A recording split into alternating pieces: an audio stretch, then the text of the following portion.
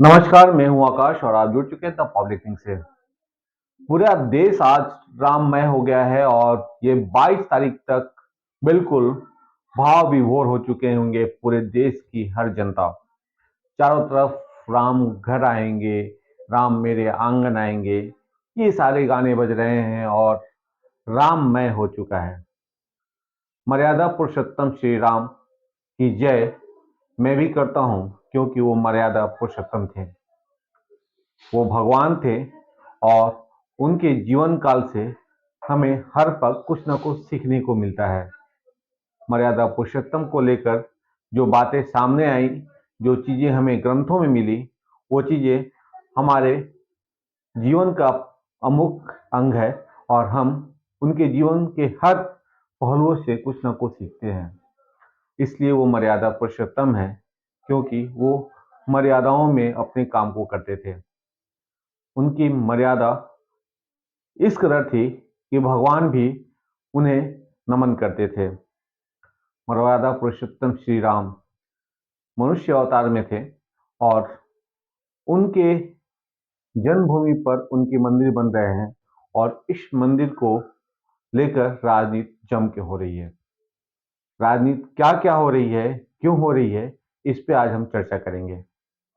मर्यादा पुरुषोत्तम श्री राम, भगवान श्री राम एक ऐसा नाम जो हर हिंदुओं के जुबान पे होता है। बहुत सारे ऐसे मुसलमान हैं जो उनके जीवन काल से शिक्षा लेते हैं और उन्हें एक बहुत ही सम्मानित रूप से देखते भी हैं। लेकिन इस मर्यादा पुरुषोत्तम के राम जन्मोत्सव, इस मर्यादा पुरुषोत्तम के उनके मंदिर में प्रवेश के दिन में हमारे देश के 4 शंकराचार्य नहीं आ रहे हैं, ये भी एक राजनीति का बहुत बड़ा मुद्दा है। क्यों नहीं आ रहे हैं, ये एक बहुत बड़ा सवाल है। मर्यादा पुरुषोत्तम अपने मंदिर में प्रवेश कर रहे हैं, प्राण प्रतिष्ठा हो रही है और 22 जनवरी को वो अपने मंदिर में जा रहे हैं। लेकिन उस 22 जनवरी के दिन जब मंदिर के महान व्यवस्था के तरफ से भारत के 4 शंकराचार्यों को न्योता भेजा गया, तो उन लोगों ने अलग अलग तथ्यों को और अलग अलग बातों को रखकर आने से इनकार कर दिया है। क्या क्या है वो बातें, और हमारे जो शंकराचार्य हैं जो अलग अलग पीठों में स्थापित हैं और वहाँ शंकराचार्य माने जाते हैं, महान गुरु माने जाते हैं, उन लोगों ने क्या क्या आरोप लगाए हैं, इस पे हम चर्चा करते हैं। सबसे पहले हम चर्चा करते हैं उत्तर न्यायन ज्योति पीठ के शंकराचार्य जगत गुरु शंकराचार्य स्वामी श्री अभिमुक्तेश्वर नाथ नंद की। उन्होंने क्या कहा है ये मैं आपको बताता हूँ। उन्होंने कहा है कि 22 जनवरी को अयोध्या नहीं आएंगे। उन्होंने बताया कि वेदों में शुद्धों को पुरोहित कर्म से वंचित रखा गया है और साथ ही साथ उन्होंने ये कहा है कि जिस मंदिर में शुद्धों को पुरोहित बना दिया जाए, उस जगह पे आना अपमान होने जैसा है, इसलिए वो नहीं आएंगे। वहीं दूसरे सुगेरी शारदा पीठ के जगत गुरु शंकराचार्य स्वामी श्री भारती तीर्थ जी ने भी अयोध्या मंदिर आने से इनकार कर दिया है।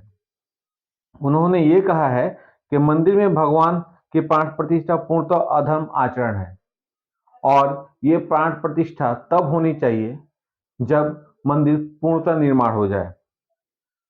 उन्होंने अपनी बातों को रखते हुए ये असंतोष जाहिर किया है और दुख भी जाहिर किया है कि अयोध्या में अब एशिया का सबसे बड़ा मस्जिद बनेगा और उस मस्जिद को